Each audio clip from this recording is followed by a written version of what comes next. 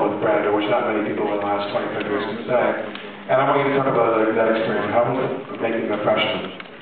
Well, it was amazing, you know. It was just so great to work with him and Andy Bergman. Did you ever work with Andy Bergman? No, I would love to work with him. The guy is hilarious, and from the time, you know, nobody ever really thought Marlon would show up. Like I didn't, you know. They were like, yeah, no, he's really doing it, and I was like, really? And they said, yeah. And then we got to rehearsal one day, and he wasn't there, and we started rehearsing. You know, like, he's on his way, and I was like, yeah, he's on his way, whatever. And not that late, there was a knock on the door, so we thought, that might be Marlon Brando. Probably not. And opened the door, and he was on his knees, apologizing that he was late. So he came in on his knees to say he was sorry. And he was in, I think, this might be a hallucination, but a velour sweatsuit and sunglasses.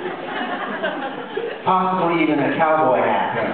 Very big. I was like, wow, that is freaking Marlon Brando. And he came in. That was the first time you ever laid eyes on him? First time I ever laid eyes on him, and it was a little like when Ralph Cramden meets the mayor, you know. Really? I had that weird smile. And that process of working with him like? Well, you know, we sat down and read the script, and he was an actor, which was a surprise. Yeah, I thought he would just float in and something happened. I didn't. But this was the script and read, and he'd say, I don't want to say that. And they said, don't say that, Marlon. And he would change a couple of little things. And every now and then he was not in the best mood. He would be careful around it. But mostly he was very cheerful and an absolute thrill to act with. And I wish you had that chance. I know that would be right up your alley. I was going to do a TV movie with him. I was going to do, many years ago, I was going to do Cat in the Hot Tin Roof of CBS and have him play Big Daddy. They wouldn't insure him. And the only time I met him was I went to his home to talk to him about, to try to talk him into doing it. And I went to his house and I had lunch with him for this really long period of time. And what did he say? No, he was very kind. He was very sweet. And he knows. I mean, I sat down, and one thing I will say is he said to me, he said, we're like two dogs, you sniffing each other. I'm sniffing you, and you're sniffing me. And he says, why don't you just say whatever it is you want to say, and I'll say whatever it is I want to say, and everything's going to be all right. And yeah, great. Fantastic. Because I think he was used to everybody being so in awe of him and creating a very artificial environment for him, you know. Yeah, he once said to Bruno or to me, he said, I haven't had an honest moment with another person in 40 years.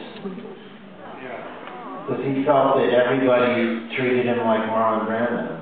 Yeah, I really kind of got that from him because he said to me, we talked about doing Streetcar, and I said I'd done the play in '92, and he said, yeah, I heard you were very funny. He said, my friends to the soul of the show said you were very funny. And he said, I wish I worked on that more in the character to make it more funny. And I said, well, it still worked out quite well for you, what you say. I said, it went very well. But he was so generous that way. I had one of those with him. I said, do you see dailies, Marlon?